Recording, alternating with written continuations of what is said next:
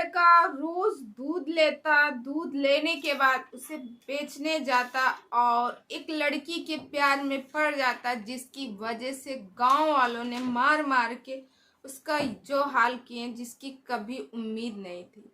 तो दोस्तों, यहाँ पे जात विवाद को लेके एक लोगों ने इंसानियत को सार सार किया है। आज के युग में, आज की पढ़ी लिखी समाज में अगर इस तरह का भेदभाव होता है तो बहुत ही बड़ी बात है। नमस्कार दोस्तों, मैं मधुलिका आप सबका स्वागत करती हूँ आपके अपने YouTube चैनल जिसका नाम है मधुलिका UPRPL। आज मैं आप लोगों के समक्ष एक बहुत ही इंटरेस्टिंग कहानी लेके आए हैं और ये कहानी झारखंड की है, जिसको एक बार आप सुनेंगे और आपके 2-3 बार सुनने का मन होगा और आंसू नहीं रुकेंगे कि आज के युग में इतना ज़्यादा पढ़ी लिखी समाज होने के बावजूद भी इतना ज़्यादा अंधविश्वास है लोगों के अंदर। एक 16 और 17 साल की लड़की इतनी सुंदर थी कि सारे लोग एक बार जो उसको देखते थे सब उसकी तरफ आकर्षित हो जाते थे। वो एज ही ऐसी होती है। तो दोस्तों, ये झारखंड के जिले में, झारखंड राज्य में एक जिला पड़ता है, उसी के गांव की एक लड़की रहती है। और दोस्तों, उसके परिवार में उसके पिताजी नहीं रहते हैं, उसकी एक बहन रहती है जो कि 14 साल की रहती है, एक भाई रहता है जो कि 10 साल का भाई रहता है दोस्तों, और उसकी माँ रहती है।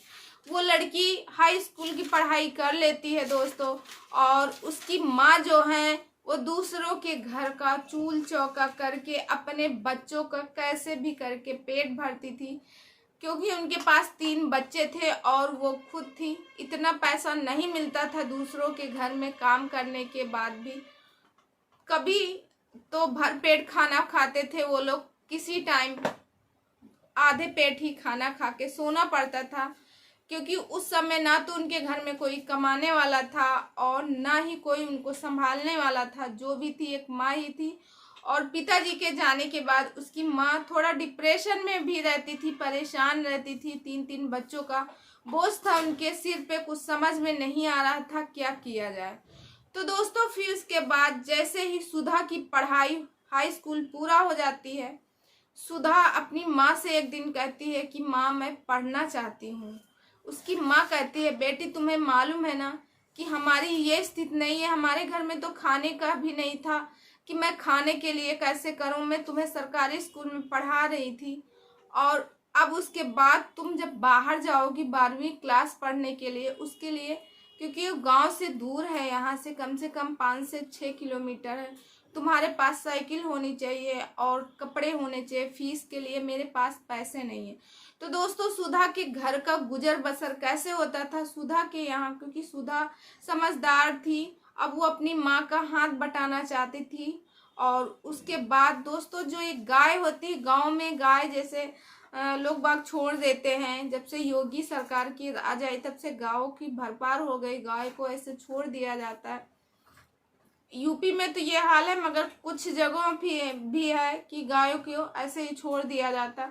तो दोस्तों, कहीं से आके उनके यहाँ एक गाय आती है जिसको ये लोग पाल लेते हैं, और वो गाय जब बड़ी हो जाती है उसके बाद बच्चा देती है दोस्तों, और उनके यहाँ दूध का साधन हो जाता, उसी से उनका बिजनेस कर लेते हैं। क्योंकि वो गाय जो है जर्सी गाय रहती है, 2-3 लीटर सुबह, 2-3 लीटर शाम को दूध देती है, जिससे उनके घर पे थोड़ी इनकम होने लगती है, जिससे कम से कम वो भर पेट खाना तो खाते हैं।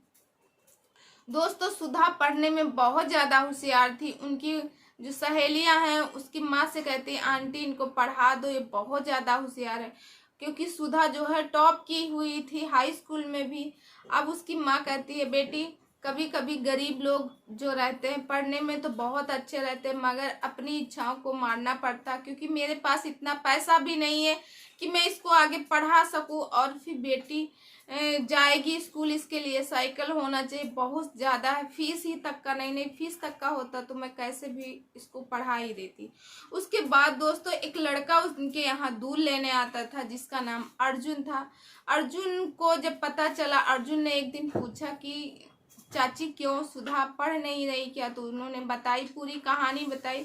तो और सुधा जो है उसी जब माँ उसकी बता रही थी, सुधा की आंख से आंसू गिर रहे थे, सुधा बहुत रो रही थी।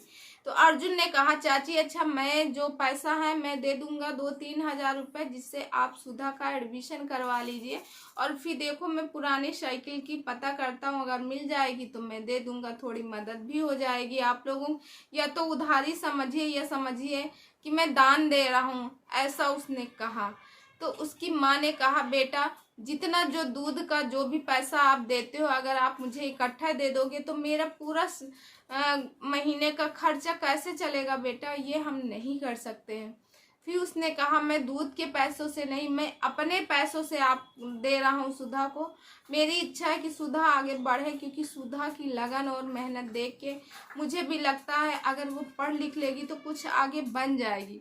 इतना कहने के बाद वो 5,000 की कैसे भी करके व्यवस्था किया, सुधा का एडमिशन हुआ, ड्रेस बना, सब चीज़ सुधा के लिए उसने पुरानी साइकिल का भी खोज के लाया और पुरानी साइकिल भी उनको दी, जिससे सुधा स्कूल जाने लगी। और वो रोज इनके यहाँ सुबह शाम आता, दूध लेता और मार्केट में वहीं बेचता।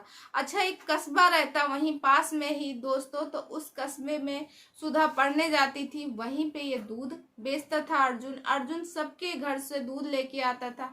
फिर बाद में सबसे बाद में सुधा का घर पड़ता था, और सुधा का घर मार्केट से कम 4-5 किलोमीटर के अंतराल में होता। वहीं वो जाके होटलों में दुकानों में जाके दूध देता और वहीं पे सुधा जाती थी। कभी कभी सुधा और अर्जुन जो है साथ में जाते थे, वहीं पे बातें होती जाती थी। ऐसे करते करते दोस्तों सुधा और अर्जुन के बीच में लगाव हो गया, दोनों को प्यार हो गया। अब उसके बाद अभी ना तो सुधा ने बताया अर्जुन से और ना अर्जुन ही बताए सुधा से। जो सुधा रहती थी बहुत ही मेहनती लड़की थी, वो गांव में किसी से मतलब नहीं रखती थी, इधर उधर का कुछ नहीं करती थी दोस्तों। वो पढ़ने में और किसी भी जितने लड़के उनके गांव में रहते थे वो उसको छेड़ते थे, वो करते थे। वो सीधी लड़की थी, सिर झुका के जाती थी, सिर झुका के आती थी, किसी से कोई मतलब ही नहीं। कोई कुछ कहता था तो 4 बातें वो सुन लेती थी। अच्छा गांव के लड़कियों ने जब देखा कि ये दूध वाला है, इससे तो बहुत बतियाती, हम लोगों से बात नहीं करती, मानो उनके कलेजे पे जैसे किसी ने छुरी न चला दी हो, ऐसे उनको जलन होती थी, ऐसे वहां तीत होने लगी। उसके बाद दोस्तों जो उनके साथ के 3-4 लड़कों ने व्यवस्था की कि इसका अर्जुन को और सुधा से अलग किया जाए, नहीं ये तो मेरे गांव घर की बहू बेटियों के खिलाफ ऐसे आज ये बात कर रही कल वो, उसको समझाएं देखो तुम दूध लेने आते तो सिर्फ दूध ही लो, और इधर उधर कुछ किया ना तो ठीक नहीं होगा। तो दोस्तों आपको बता दें आदिवासी जो लोग होते हैं, आदिवासी में या तो बहुत गरीब होते हैं या जो थोड़े बहुत पैसे वाले होते हैं, वो अपने आप को दबंग बनाते हैं, क्योंकि गरीबों की गला कहते हैं सभी लोग पकड़ते हैं, अमीरों के साथ नहीं मगर गरीबों के साथ सभी लोग ऐसा करते हैं।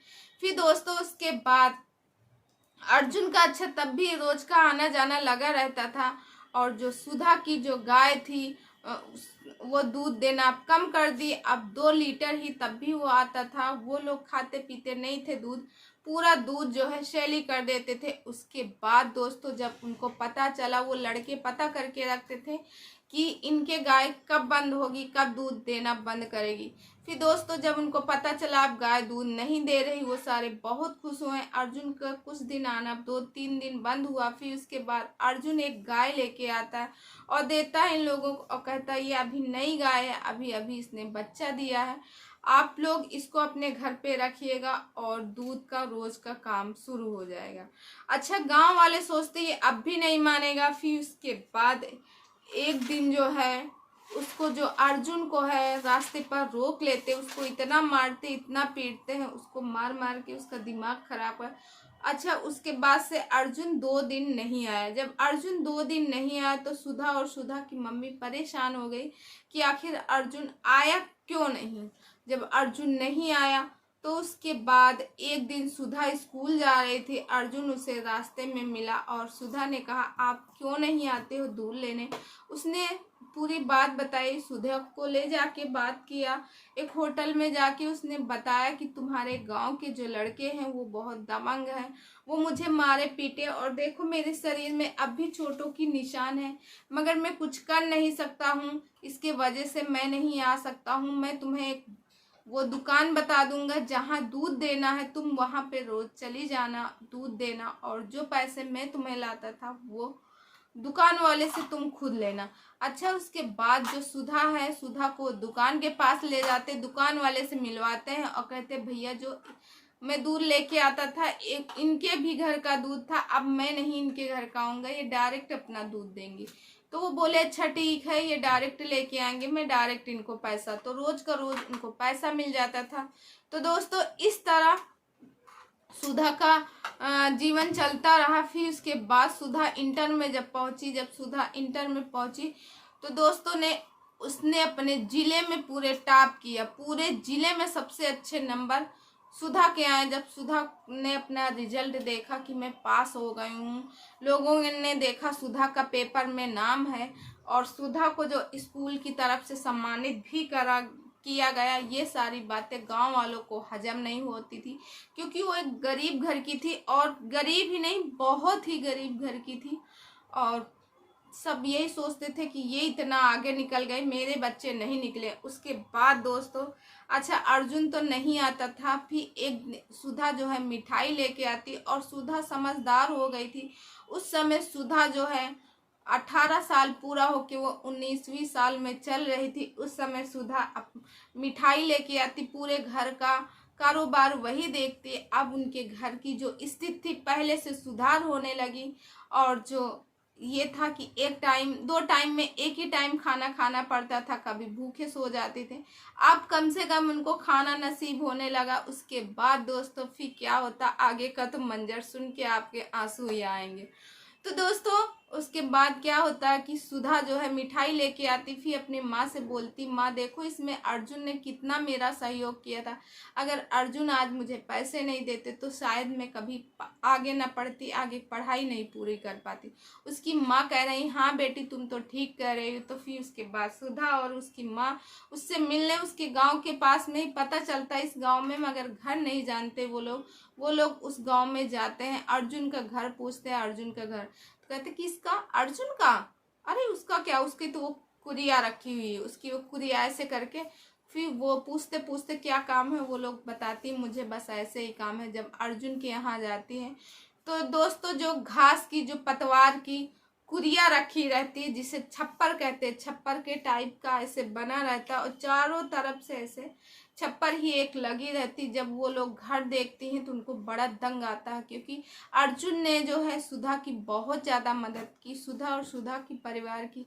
फिर उसके बाद दोस्तों जब वो लोग अंदर जाती हैं उसके, क्योंकि जो कुरिया रहती है वो खुली ही रहती, के बाद वो पूरी अर्जुन को कहानी वो अर्जुन की कहानी बताती उसकी बहन से, सरोज से। जब सरोज पूरी कहानी सुनती है, फिर वो पूछती है सुधा कि अर्जुन कहाँ है बता दो। तो कहती है कि भैया इस समय मेरे भाई का पता नहीं कहाँ होंगे, कहीं इधर उधर भटक रहे होंगे, क्योंकि मेरी माँ चली गई, मेरी माँ को गए 2 मंथ हो गए। उसके बाद मेरे भाई डिप्रेशन में आ गए, पागल जैसे हो गए, मुझे मारते हैं पीटते हैं, और गांव वाले भी सताते हैं, और मेरे नाते रिश्तेदार सब लोग मुझसे कहते हैं कि चलो मेरे पास चलो रहने के लिए, मगर मैं अपने भाई को नहीं छोड़ के जाना चाहती हूँ, क्योंकि भाई चाहे मुझे मार दे, चाहे जो भी हो, भाई ने मुझे उस दिनों में साथ दिया है, क्योंकि जब मेरे पापा नहीं थे उसके बाद मेरी माँ और मेरा ख्याल रखने वाला सिर्फ और सिर्फ भाई था। आज भाई की ऐसी स्थिति देख के मैं नहीं जाऊंगी, मैं कहीं नहीं जाऊंगी, ऐसा मैं लोगों से कहती हूँ। तो ये बात सुन के उसकी माँ और सुधा के आंसू आ जाते हैं, उसके भाई के, बहन के, क्योंकि उसके घर के सारे लोग अर्जुन से मिलना चाह रहे थे। फिर वो लोग रोने लगते हैं सुधा से, फिर सुधा को समझाते हैं सब ठीक हो जाएगा, चलो एक बार हम लोग अर्जुन से मिलते हैं, अर्जुन कहाँ होगा। सुधा कहती है चलो चलते हैं, देखते हैं। एक पुलिया है उसी के पास वो बैठा रहता, माँ को याद करता है, और जब से तुमसे भी जुदा हुआ, क्योंकि वो बताता रहता था तुम्हारे बारे में, जब से तुमसे भी मिलना वो जुदा हो गया, तब से उसके आंख में आंसू आते हैं और रोता है। तो उसके बाद दोस्तों ये दोनों लोग जब जाते हैं वहाँ देखते हैं कि पुलिया में सुधा देखती है कि अर्जुन बैठे हैं। वो बोलती है अरे अर्जुन तुम यहाँ बैठे हो। अर्जुन इन्हें देख के फूट फूट के रोने लगता है और जो उसकी माँ रहती है उसे चाची कह के लिपट जाता है। बोलता है मेरी भी माँ, पिता तो मेरे पहले ही चले गए थे, अब मुझे मेरी माँ ने भी छोड़ दिया, मेरे लिए जीना बेकार है, कोई नहीं है मेरा।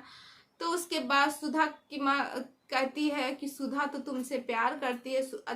दोस्तों सुधा ने अपनी माँ से बता दिया था कि मैं अर्जुन को पसंद करती हूँ। तो कहती है सुधा तो तुमसे प्यार करती है। तो वो भी कहता मैं भी तो सुधा से प्यार करता हूँ, मगर तुम्हारे घर वाले ने ऐसे ऐसे किया। फिर उसके बाद मिठाई खिलाती। वो कहती है मैं इसलिए आई थी कि मैंने पूरे ज़िले में टॉप किया है। कहते अरे बहुत खुशी की बात सुधा, तुम पूरे ज़िले में टॉप की हो। उसकी जो सरोज बहन रहती है ये सब देख के उसको बड़ा आश्चर्य रहता है, क्योंकि उसका भाई एकदम बौराया रहता है जब से उसकी माँ चली जाती है। ना तो बराबर बात करता, ना खाता, ना पीटता और उसको मारता रहता। मगर उसके बिहेवियर में उस दिन काफ़ी परिवर्तन आया।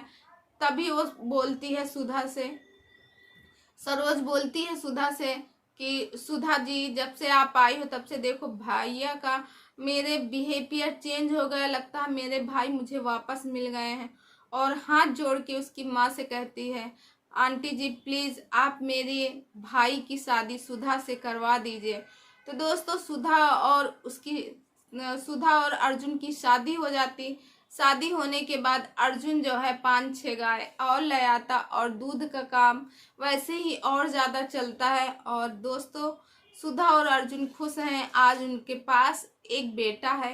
तो दोस्तों ये स्टोरी आप लोगों को कैसे लगी, आई होप आप लोगों को अच्छी लगी होगी।